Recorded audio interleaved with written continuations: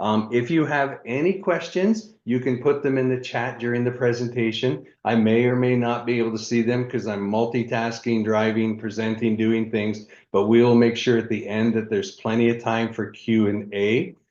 So if I can just get a thumbs up that you can see my screen. Awesome, very good. Very good. And I'm just going to make sure I got the chat still open and the participants because somehow we switched it to where I got to let people in.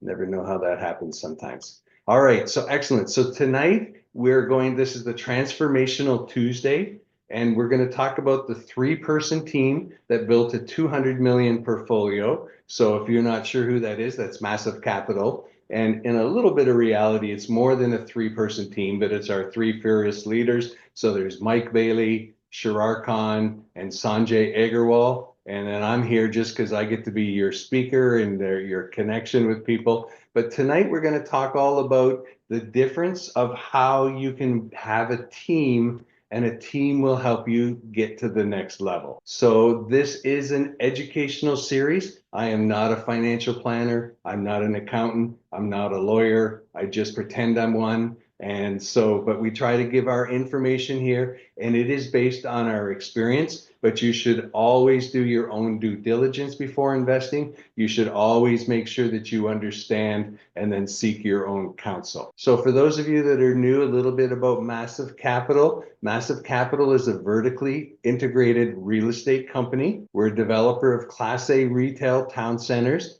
and we are an owner operator of value add multifamily.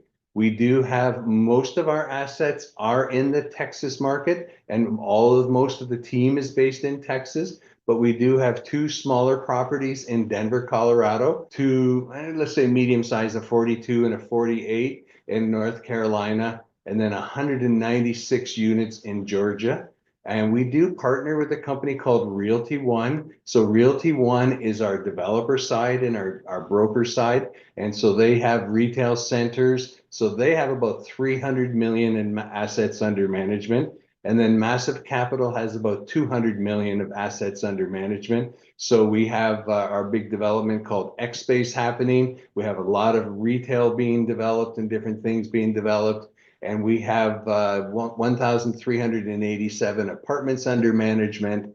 So Massive Capital does LP and retail and family office. So this is where limited partners, they invest into our projects. So we do a lot of that. With our partners, Realty One, we have triple net leasing brokerage, and that's where we build and develop town centers, retail centers, and we have all of those. And later on, I'm going to show you, we have a tour in Houston if you're in that market this Thursday. We also do land development, steel frame construction, and then we have our Massive Masters. And Massive Masters is our active commercial real estate mentoring program. So we do land development, building construction, and building operations. So this is one of my favorite slides of why do we like real estate. So if you look at the things that are important, there's cash flow, there's leverage, there's investing in real assets, and there's tax advantages. Everybody knows, you hear this thing, cash is king. You definitely need to have some cash, but it doesn't give you any cash flow, doesn't give you any leverage. It's not a real asset, and there are no tax advantages with it. There is some cash flow and tax advantages with bonds, and there is some cash flow, and you can use leverage on stocks. But the king of all the investing is real estate because you can get cash flow. You can use leverage, and leverage is powerful. If you have not read Rich Dad, Poor Dad by Robert Kiyosaki, it's a must read for everybody at any level. And it all talks about the power of leverage and how leverage helps you buy real estate assets. Obviously, when you're involved in commercial real estate, we own real assets. And then there are tax advantages depending on what type of investment you're investing in or what type of investment vehicle you're using. Love him or hate him, at the last election, Donald Trump says he pays no taxes. This is the big reason why. And I want everybody to cross your fingers on the new bill. It shows bonus depreciation coming back to 100% from 40. Fingers crossed. That will, for us that are real estate professionals, if that gets passed, that will be like opening the candy store again. Because right now it's 40%.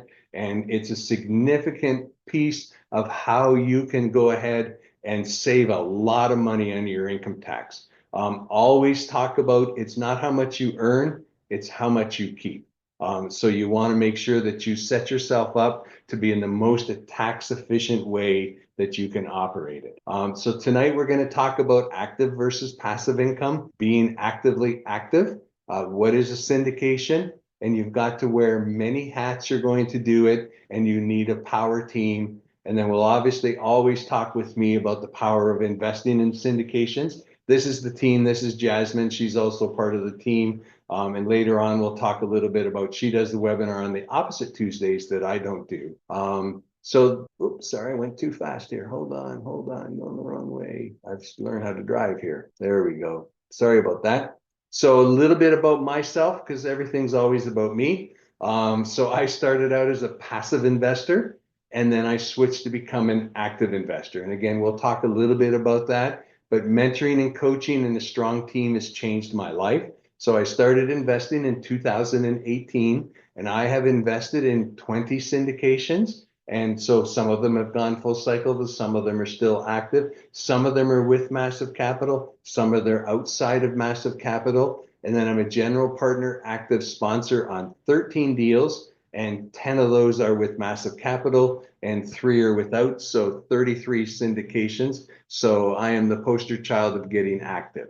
So I want to make sure that you understand active income versus passive income. And it's a pretty simple description. Active income, you work for your money. So you go to work, you give them time and services, and they give you a paycheck. Lots of different ways to earn a paycheck, lots of different ways to get paid. But the crucial thing here is you're basically exchanging time or services or skills in exchange for money.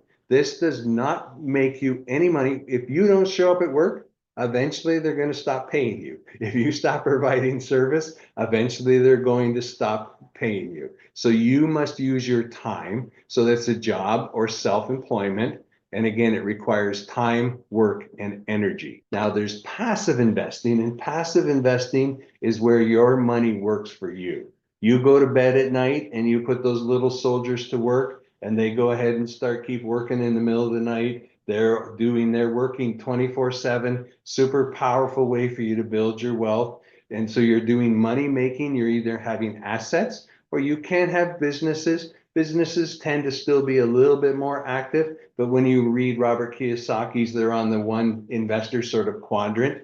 And the biggest part of this is there's no time and work required, especially when you're passively investing into a real estate syndication. So have you ever thought you wanted to be an active real estate syndicator? All right. So if you want to be an active real estate syndicator, and I did for a long time, and I did not really understand this. And I actually went to a place where the lady, she only had 3 hats. I got a lot more hats here. So we're going to talk about all of the hats that you would need to wear. So if you were doing this by yourself, you've got a lot of responsibilities. You've got a lot of things that are dependent on you, which is why, especially on commercial real estate, it is a team sport. So if you want to become a syndicator or a sponsor, so a syndicator or a sponsor is the person who arranges the real estate syndication. So they will find the property that's for sale. They will negotiate the purchase price. They will put the property under contract. They will arrange the financing for the property. They'll also have to secure the financing for the property. So for example, if you're going to buy a $10 million property, you need a net worth of $10 million and a liquidity of $1 million to be able to sign on a loan. Plus you need experience. So there's a lot of things that you need to do. Then you will create a business plan. You will create an offering through a syndication. So you'll have a memorandum, an offering. So you'll have all different types. There's tons of documents. I know, Christy, you enjoyed reading those 130 pages last night, right?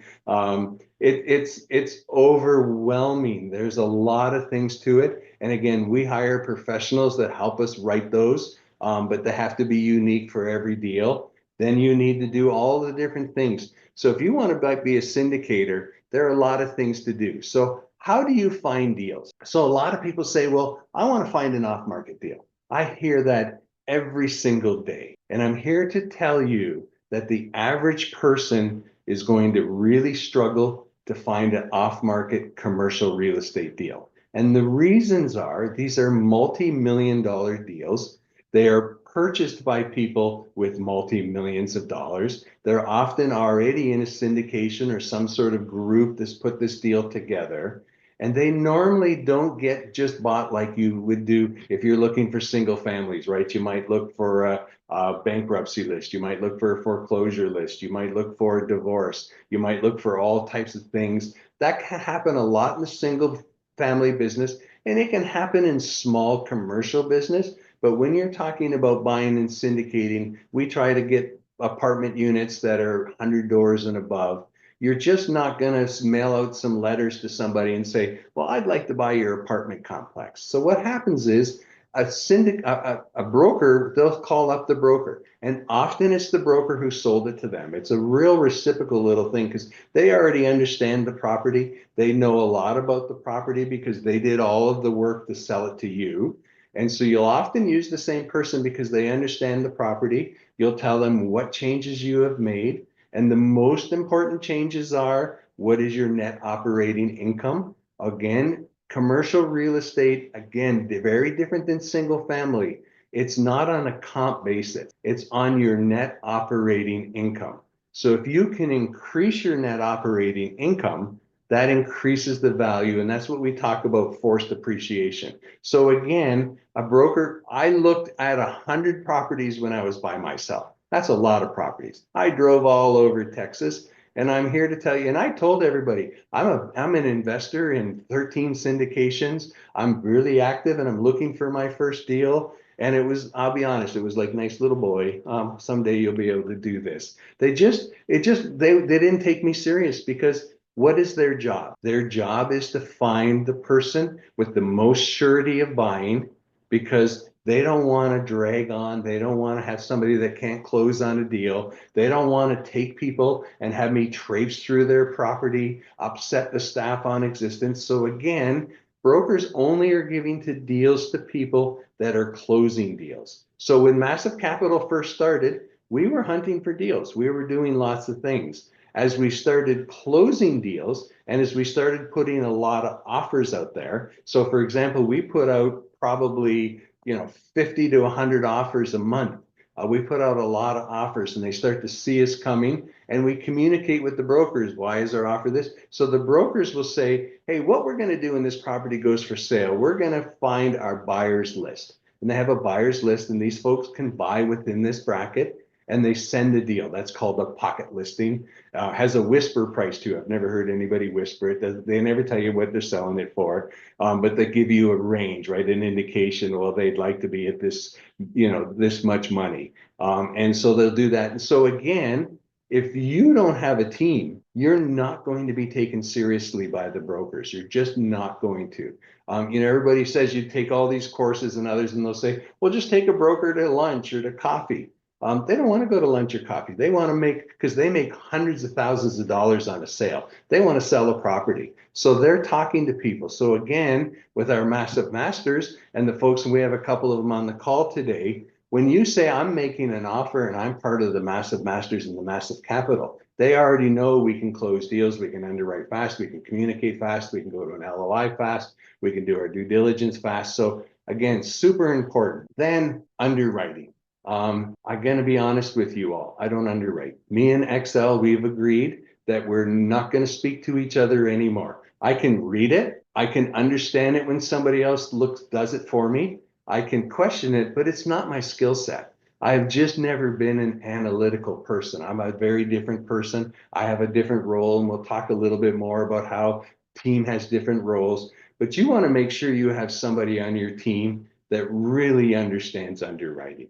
Underwriting is so important. If you don't get your numbers right, the investors don't make the money that you thought they were going to make, right? So you need to make sure that all your numbers are correct, all of your things are happening. And again, as you start looking at lots of deals and deals come up in cities, we have over 1,500 deals in our database. And so when a deal comes up in a market, we've already researched a lot of the comps in the area. We've already looked at a lot of properties. So you get all of these things that help you do a better job on your underwriting. And again, you need to have somebody in your team that can underwrite it. So with Massive Capital, we do what's called the back of a napkin underwriting. And it kind of says, is this deal okay or not okay?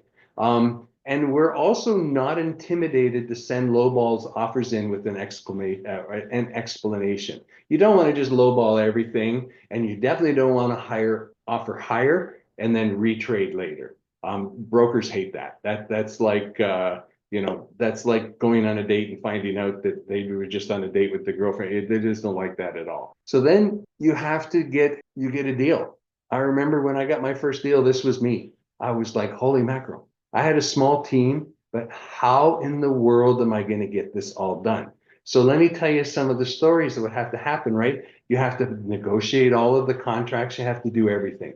You have to find what property management company I'm going to do. You have to do all of these things. So you have this limited period of time. So again, when you're part of a team, you can say, okay, Trevor, this is your responsibility. This is your responsibility. This is your responsibility, so that as a team, you can get things done. Due diligence. So a lot of people don't understand how important due diligence is and how much work due diligence is. So we have a property, and I'm going to talk about it in a little few minutes. It's 204 units in San Antonio. Due diligence on 204 units is a lot of work.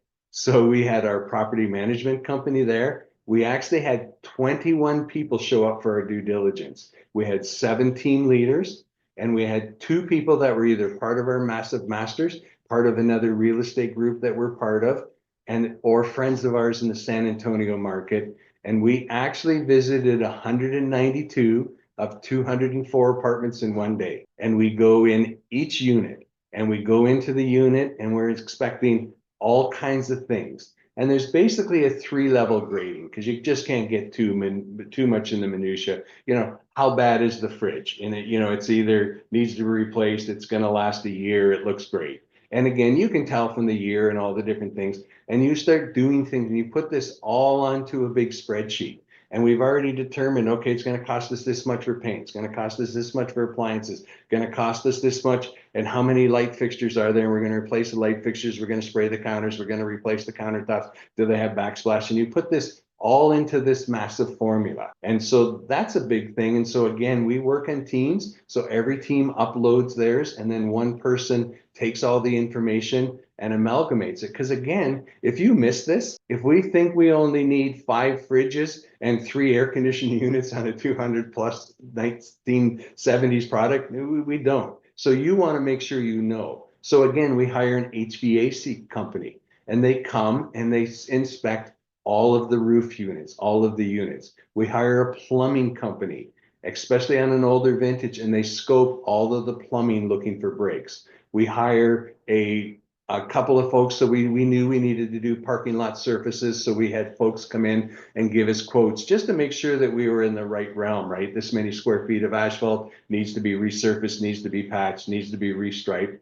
And we have all of these trades come in, and we have 3 weeks to do it. 3 weeks to do it, because at the end of the 3 weeks, our earnest money goes hard, and we have to go to the next level and start the next clock on the thing. And so it's a very challenging process that can be a lot of work. And if you don't have the systems and the team and the people to do it, and you make a mistake, it can be devastating. We also hire roofing companies, and we knew they had disclosed there was a few roofs that needed to be done on our one property. Raising capital. I'm going to tell you a story. The first time I raised capital, and I'm not a techie guy, I actually cut and pasted 380 emails, and it took me 6 hours on a Sunday afternoon. And then I had no way to track, well, did Christy answer my email or not? Unless she answered my email. So then it was just this craziness. And it was so much work for me to be able to track down everybody,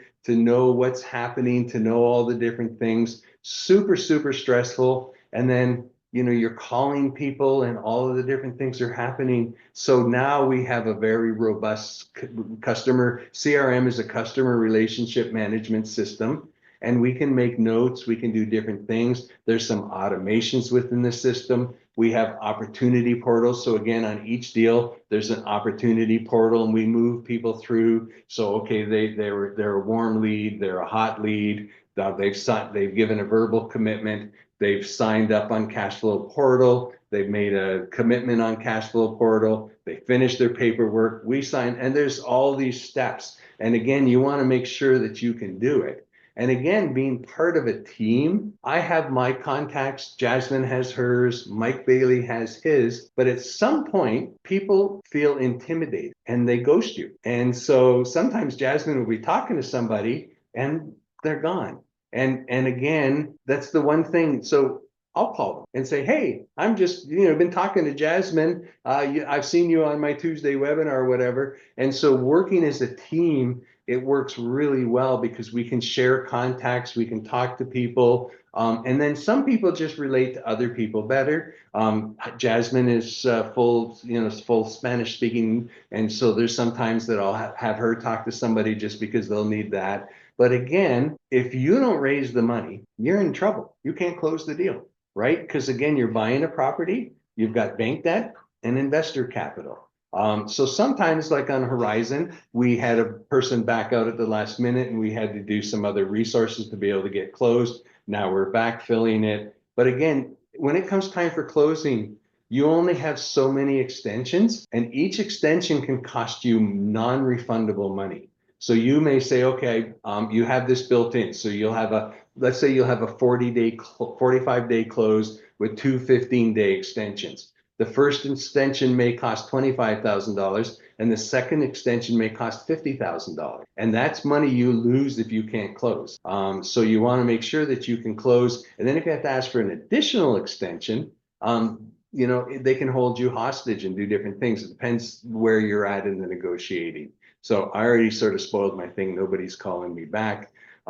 If I ever call you and the answer is no, just tell me the answer is no. It's okay. I want to know because I don't want you to miss. I don't want to feel like I'm not helping you get to the next level. But and again, you've got a lot of people calling you, a lot of people asking you to invest in things. But again, it's super scary, right? If you don't have people and they're not calling you back. I remember when I first raised my deal, it was like, oh, nobody. Like everybody who said they would invest, they're not calling me back. I was like kind of scared. What's going to happen? It's a little better now. And then closing. Closing on a property can be super stressful, right? Because one day somebody else owns it, the next day you own it, and you've assumed a whole pile of things. But to be honest, sometimes there's a walkthrough before you take over, but there's not always a walkthrough before you take over. So takeover day, you got to make sure you're hitting the road running. Residents have to be notified. New systems to pay rent have to be in. New systems for tracking work orders, all of the different things. Then, you need to do a lot of things when you're closing. Money's moving in the bank. Documents have to be signed.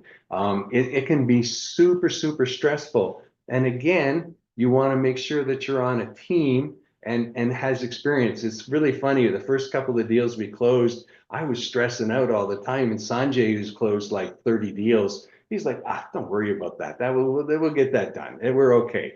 And I'm like, how can you be so calm? And he says, man, I've done this like 30, 40 times.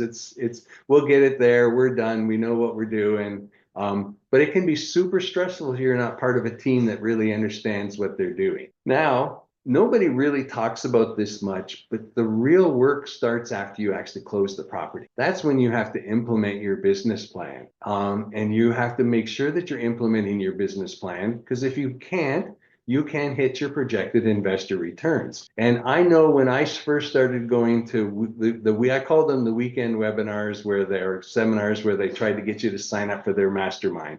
And they all told you, oh man, if you have the money, you can find a deal, brokers will call you back. And then you buy the property and you're sitting on the beach drinking pina coladas and your paid property manager is taking care of your property. I'm here to tell you the property manager is somebody who doesn't love your children and you let them take care of it. Okay. Their job is to do the least amount of work for the greatest result. That is their job. Now, are there some really good property managers and there's some people that care? Absolutely. I would never in a million years want to be a property manager. It is super stressful. Tenants are high maintenance. Creating a good community is a lot of work. So asset management is super important. And that's partly why we're very focused in Texas, because there's people here. So all of our properties, somebody is visiting the properties a minimum of once a month. And when we have big things happening, once a week. And so it's super important that your asset manager is there. And another thing, it's super important that whoever this asset manager is, when you're investing in a real estate deal, this person can't have a Monday to Friday 9 to 5 job. They can't take a phone call. This is somebody that, oh man, something happened.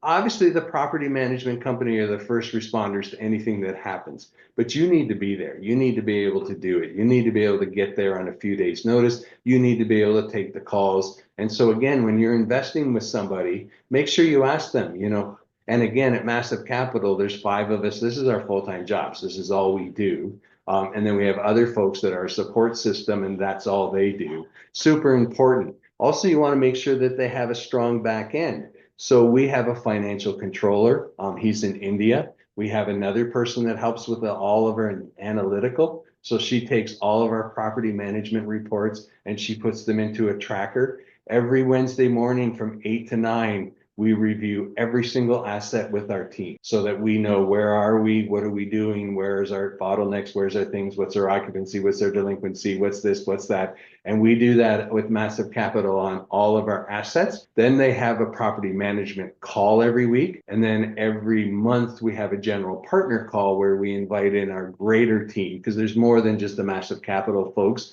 We have other partners on the team that do different things for us. So you can see I'm smiling now. You can tell I like to take pictures of myself. So, I'm part of the Massive Capital Mastermind. I've done 10 syndications in 2 years.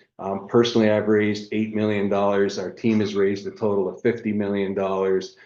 And a lot of people from the outside have done it. So again, there's no way that I would be doing this on my own. It took me 3 years to get in 3 deals before this. So seen this slide before a lot. So there's 2 ways that you can be involved in real estate. And we kind of talked about the active, but you have to be actively passive. And what does that mean? It means you need to take the time to get educated. I really appreciate when people show up on these calls. Our goal is to offer good value in education. We do a lot of things, and we want you to understand what you're investing in, who you're investing with.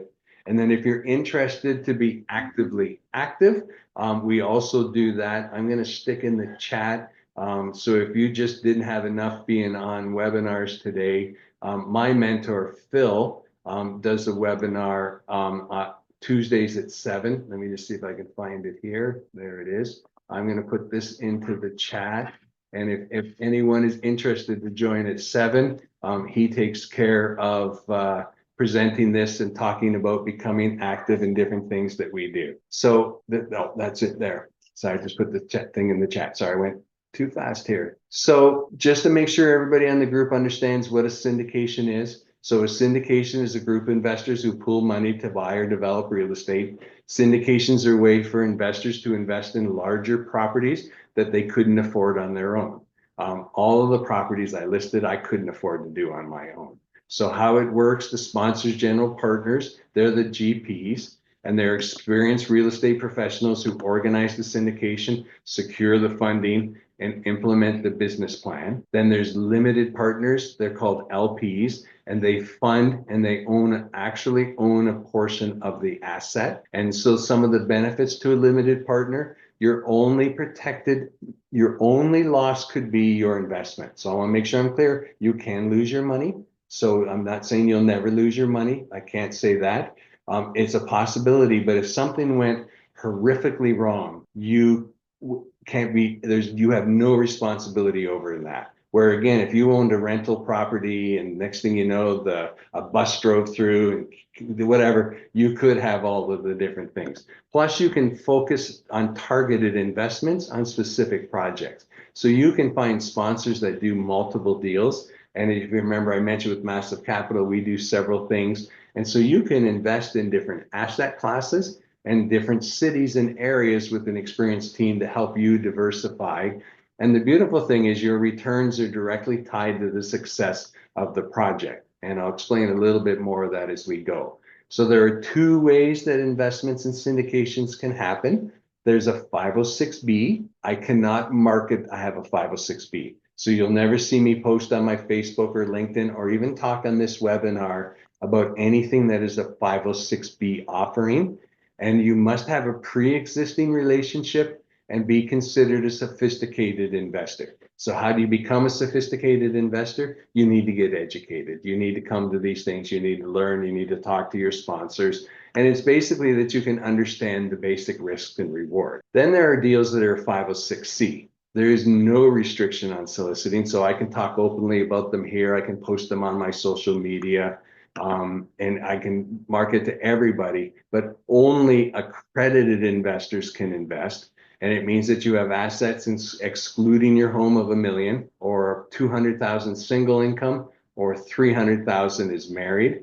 And one of the things that a lot of folks don't know is there is no difference between our 506B or a 506C.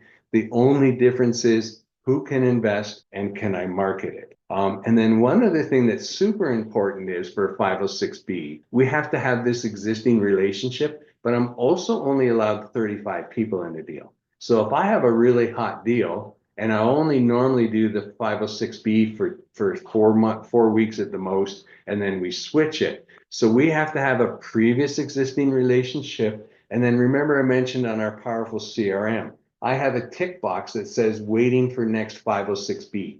So we've talked, I know you're not accredited, you'd like to invest. So after our webinar, after we talk on our one-on-one, I put that tick box. And so I know to add you to my very first webinar so that you have a chance to look at the deal, ask the questions, and decide if you would like to invest before it fills up with the 35 or before we switch it to a 506C. Once we switch it to a 506C, it doesn't go back, and a non-accredited investor cannot invest. So don't find a way to make money in your sleep. You will work till you die. Warren Buffett's great thing here.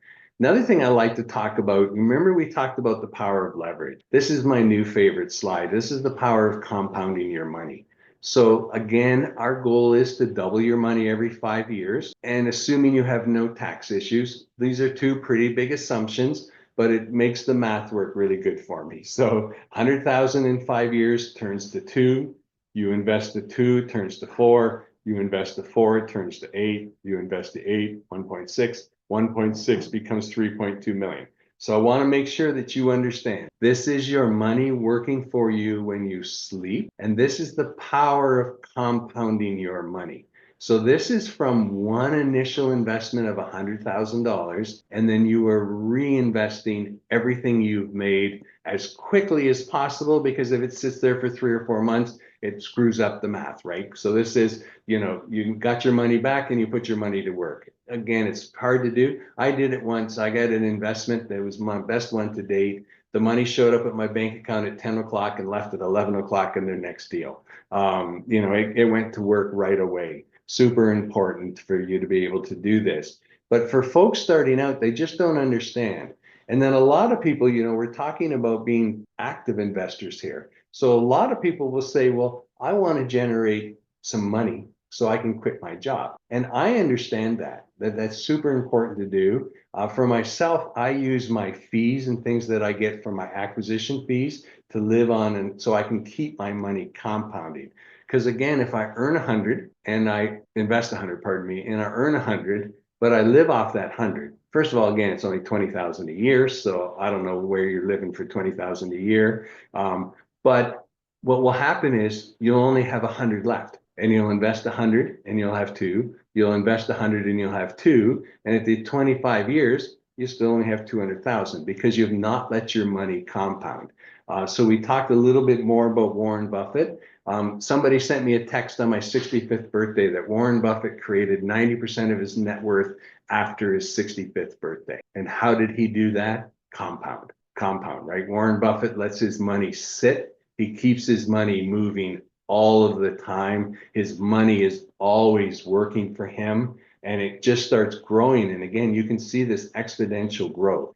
For those of you that haven't done it yet and you're earlier in life, if you were to take this $100,000 and put it into a Roth IRA. So if you had it in a regular IRA, you would earn the 3.2 million tax deferred. If you put this in a Roth IRA, and so that would mean you'd probably have to pay 20 or 30,000 taxes on it. You're thinking, man, that's a lot of money, Trevor, 20, $30,000. At the end of 25 years, you're going to earn $3.1 million tax-free, tax-free. Where else other than the United States of America and the way they've structured this whole system could you do that? That is staggering, right? So if you, again, I wish somebody had told me this when I was 25 or 35 or 45 even.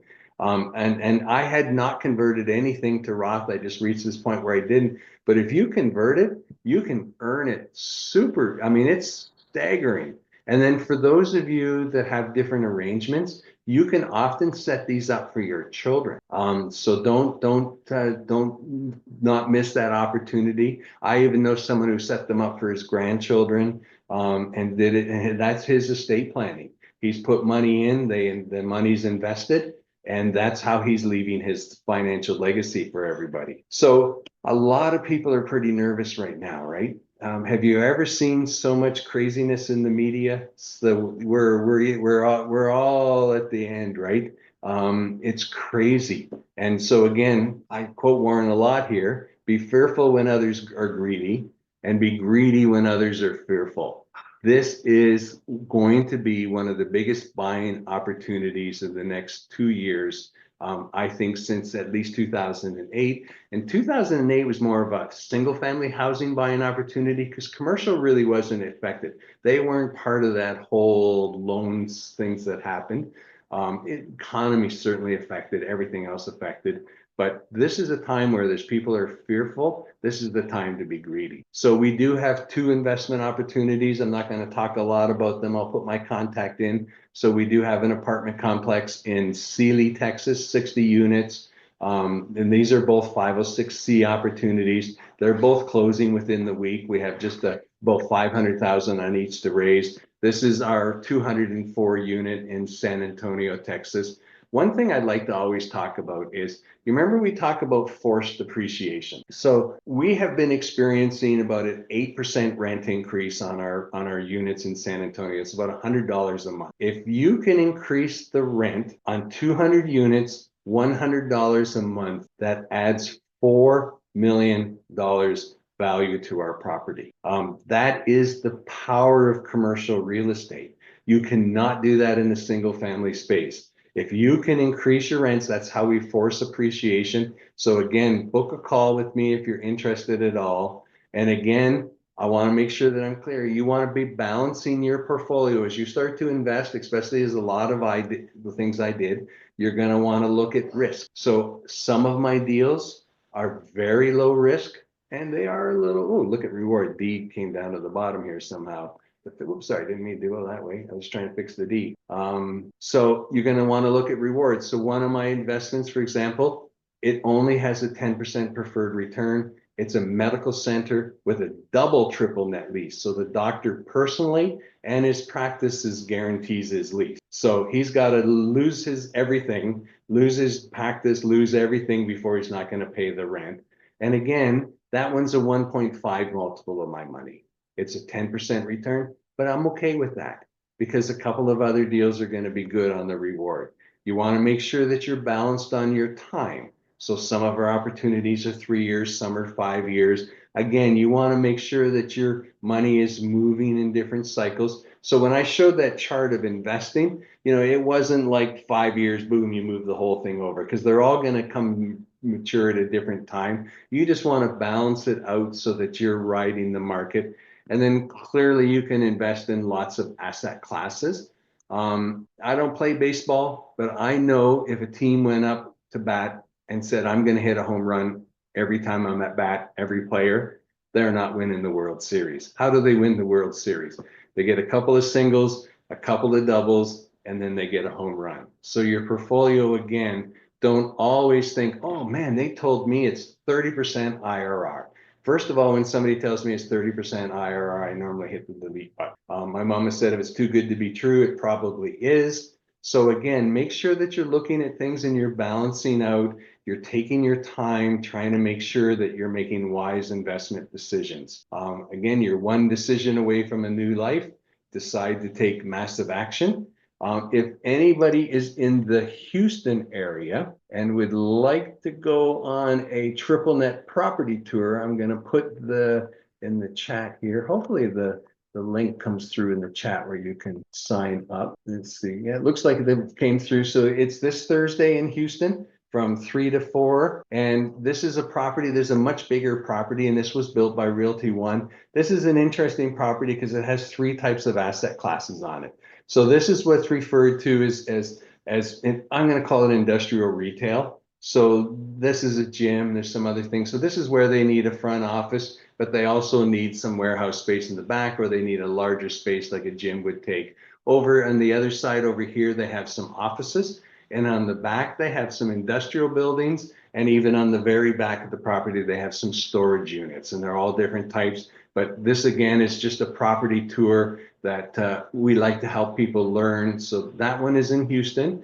And then if you're in the Dallas market on June the 19th, we're doing a tour of one of our properties called Amberwood. And again, this is a 60 unit in Fort Worth, Texas. We've owned it for a year and a half now, and we've been doing some significant improvements. We actually took a 3 unit and made it into 2 units to try to increase the rental potential. And again, what we do is we do a tour of the property and we show you I call it the good, bad, and the ugly. We try not to hide anything when we're doing our property tours. Our goal is for you to go there, get educated. Seeing is believing. So if you're in either of those markets, I mentioned about Jasmine before. So if you're a lady in this group here, they do their webinars. So she is the opposite Tuesdays that I'm not here. And their webinar focus is a little bit different. It's more female empowerment, inspiration. So they've had Sharon Lecter, Lena Cardone, for those of you that know Shanoa Grove from the Big Dogs. They have very inspirational ladies that have been able to do a lot of things. Jasmine is a rock star. I'll show you in a second here what a believer I am in their thing.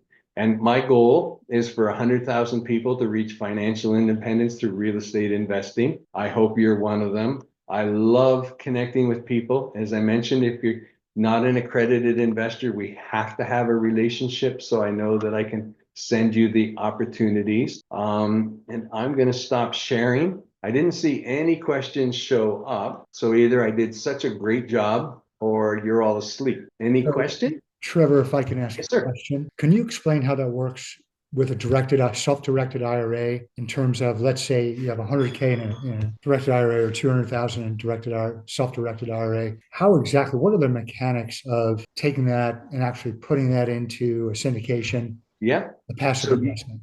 So you would need to move it to a custodian that will allow you to invest in real estate. So some custodians will not allow you to invest in real estate or alternative assets at all. So you'll need to move it. We have a couple of folks we work with, Directed IRA. There's another company out of Houston.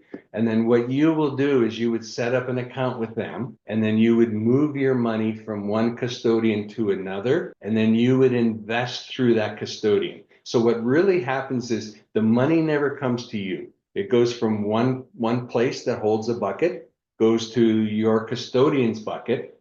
We fill out paperwork. We work with the custodian so that it comes, and then the custodian funds it to us. When we do our dividend payments back or our distributions, they go back to your IRA and they stay in there. One thing I'll make sure that you know, you do not get the depreciation on an IRA because it's already a tax deferred state. So again, that doesn't mean it's bad or good to use. It means though that when you were educating you, there's options. So for example, if you had cash and you had IRA and I had a multifamily and a development deal and you like both of them, I would always tell you to use your IRA money for the development because there is no taxable bonuses because there's nothing to depreciate, and then use your cash. But it doesn't mean using IRA in a multifamily is wrong. You just need to understand what are the implications and what's the best use of your money. And then your custodian, and then everything, you still have your own portal where we'll send the updates to you. It's just your money stays with them. That help answer the question? Yeah, that's really good. So if in terms of cash flow, let's say you want it to be a cash flow investment, how does that work? So That I'm would going to be be pretty honest with you that cash flow in an IRA is pretty useless because you have minimum investments of 25 to 50,000. So right now I have 6,800 in cash in my IRA. What am I going to, nobody wants to borrow $6,800. I don't have enough money to invest it into a deal. So it's just sitting there in a non-interest bearing account. So again, it doesn't mean it's good or bad. You just need to understand because I want to keep that money moving. So a couple of times, for example, I've invested, and then these are other things you can do. So let's say you had 15 in your IRA, you could mix that with 35 in cash. And you're just going to make two investments into the syndication to hit your 50. And part of it would be with your IRA and part of it would be with your cash, but you would hit the minimum that we require. So you can definitely do that. Yeah. And then, so I guess part of the question would be, how does massive capital work their payments? I mean, is it a quarterly It's return? quarterly. Monthly? Yes, Is we it do our annual? payments quarterly. And Quarterly. again, Okay.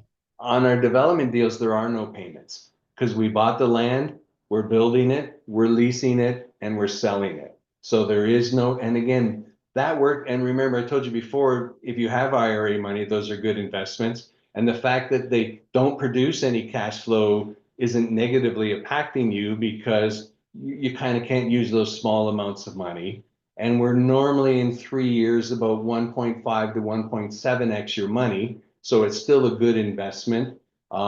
So again, that's why getting educated and understanding all of your options, and it doesn't mean, oh, I would invest IRA money. I have lots of investments in IRA in multifamily, but I prefer if I have options to put it into development just because it's a different thing. Thank you. How much equity? So there isn't, there are no limits to anything. About 40% of our investors invest with their IRA funds of some form. Hopefully, did that answer your question, Joshua? Question specifically is like in a fund, say if you're raising like $1 million for a specific syndication, can all the $1 million you're being Good. Yeah, doesn't matter. okay? Yeah, and Cam Plan there. I've not used them, but I've got a bunch of friends that have. They like it. I use directed IRA. We started a relationship with another person in Houston. But again, there are a couple. So the real big stores, like Equity Trust and stuff, they can be super difficult to work with because they're managing your money in a money market. And they don't want you to take it out because they make fees on managing your money. So if you really look at it, that's their goal. Those are great questions. Any other questions? So if you enjoyed tonight, I'd like to see you back in 2 weeks with a friend. All of you at least have one friend, I'm sure. I really want to build this up. Back when we were doing it every week and we had a little momentum, we were 50, 60 people. And I hope we offer enough value that you come back and come back with a friend. And I did put my contact info. So there's my link tree, so you can connect with me on LinkedIn, Instagram, all the different things. And then the second link is if you want to book a call. And just to give a shout out to my number one fan, Natasha. She's my number one fan. She shows up all the time, everywhere. I've seen her in person a few times. I get a hug. But thank you for showing up all the time. And it's good to see my friend Angel too. You haven't been here in a while. I'm a passive investor with Angel on one of her opportunities. So, and it's nice that I don't see you, Sandra, but I know you're there, and I know you've been talking to Jasmine, and you're joining us on one of our opportunities. So I really appreciate that, or your trust in us. Hey there you are. How you doing, Angel? I'm doing all right. I don't know what's wrong with my Zoom. I'm jamming up and my camera didn't want to work. And Good. Well, it's good to see you. yeah, it's good to see you too. Yeah, Angel was one of my first friends when I started doing real estate, and we've known each other now 6 years plus. Been a bit. Yeah, it's been a long time. Yeah. And again, this is a team sport, and you can attest to that, right? Having a strong team, her and her husband wasn't doing this full time. He is now. And they're raising some beautiful children that keep them really busy. And it's a lot of work. And again, they do it in their market where they live. They understand the market. They can go visit the properties. All those things that I mentioned earlier, those are the kind of people that you're looking for. It would be scary to invest with a team that doesn't have somebody that Yeah. can get to the property super quick if things go awry. Awesome. So again, if you haven't booked a call with me, please book a call with me. Love talking to everybody. And I really appreciate everybody showing up, and I will see you back. Oh, I was going to show you here just because I think it's funny. I like to show this here. Hold on. So, I talk about myself being I am the president of the She Group's fan club. And just to show you how dedicated, that's me in a wig at one of their events. So they teased me that, because I obviously have no hair, that I could join one of their events if I did a wig, and they didn't even think I ever would, and I surprised them, and they didn't know I was coming, and I hid. And I told the maitre d', the lady at the restaurant, that I was coming back with a wig just so I didn't get like arrested or something. Although, and it was really fun to be able to walk in there and surprise them all. So we have a group. I know Natasha's been to a couple of the events in Houston. So we have a great group. So awesome. Well, thank you, everybody. And I'll see you in a couple of weeks. Take care.